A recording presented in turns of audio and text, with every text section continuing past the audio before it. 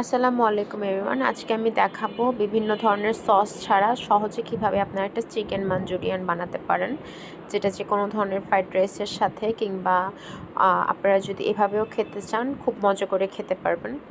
তো প্রথমে আমি একটা বোলের মধ্যে চিনি, তারপর প্রথমে নিয়েছিলাম ম্যাগি মশলা, তারপরে টমেটোর পেস্ট, চিনি, তারপর হচ্ছে ম্যাগি সস, ধনিয়ার গুঁড়ো আর হচ্ছে গরম মশলা গুঁড়ো দিয়েছি, মরিচ দিয়েছি, এগুলা দিয়ে তারপরে দিয়েছি, লাস্টে দিয়েছিলাম হচ্ছে লবণ আর লেবু রসও দিয়েছি।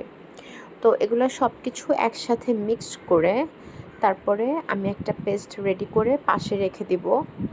আর এটাই আমি আমার চিকেন মাঞ্চুরিয়ানে ইউজ করব। তো আমি একটা ফ্রাই প্যানের মধ্যে তেল নিয়ে ওইটাতে কিছু পরিমাণ রসুন কুচি দিয়ে নিয়েছি। রসুন কুচিটা হালকা যখন ভাজা ভাজা হয়ে উঠবে তখন আমি মানে একটু দেখেন, আপনারা দেখতেই পাচ্ছেন যে এটা একটু গোল্ডেন ব্রাউন কালার হয়েছে। তারপর আমি এখানে আমার চিকেনের পিসগুলো দিয়ে সুন্দর করে মিক্স করে নিয়ে এটাতে দিব হচ্ছে একটু হোয়াইট পেপার আর হচ্ছে লবণ। এটা দিয়ে মিক্স করে আমি এটা অনেকক্ষণ ধরে হয়েছি, মানে মুরগিটাকে পুরো এখানেই রান্না করে ফেলেছি, ভাজা ভাজা করে ফেলেছি, অনেকক্ষণ সময় নিয়ে এই কাজটা করতে হয়েছে। আপনারা কিন্তু চুলার আঁচ অবশ্যই একদম হাই স্পিডে রাখবেন, কারণ চিকেন মাঞ্চুরিয়ানটা একদম ফার্স্ট থেকে লাস্ট পর্যন্ত হাই স্পিডই রান্না হয়। তো অনেকক্ষণ যখন দেখলাম যে পানি উঠে এসেছে অনেকক্ষণ রাখার পরে দিয়ে আমি এটাতে আদা রসুন পেস্ট দিয়ে এটাও কতক্ষণ রান্না করে নিলাম, একসাথে আর কি মিক্স করে নিলাম। তো আমার এই চিকেন মাঞ্চুরিয়ানটা অনেকই মজা হয়েছিল।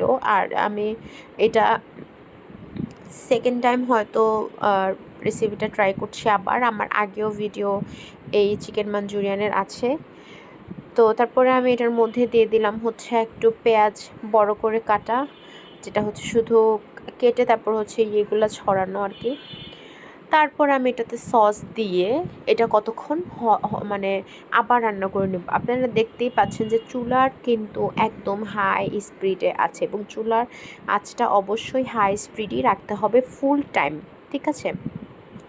তারপর আমি এটা মিক্স করে সাথে দিয়ে দিয়েছি এগুলো হচ্ছে গ্রিন অনিয়ন, অ্যান্ড লাস্টলি আমি দিব হচ্ছে কাঁচামরিচ দেওয়ার পর দিব হচ্ছে ক্যাপসিকামগুলো। আর একটা দেওয়ার পর বেশিক্ষণ রাখার দরকার নেই। যদি বেশিক্ষণ রাখেন ক্যাপসিকাম যে একটু যেটা একটু কচকচা থাকে বা মানে খেতে নিলে যে একটু মানে সাউন্ড হয় ওরকম হবে না। তো এটা অল্প একটু রাখবেন, অল্প একটু সময় জাস্ট নাড়াচাড়া করে নামিয়ে নেবেন।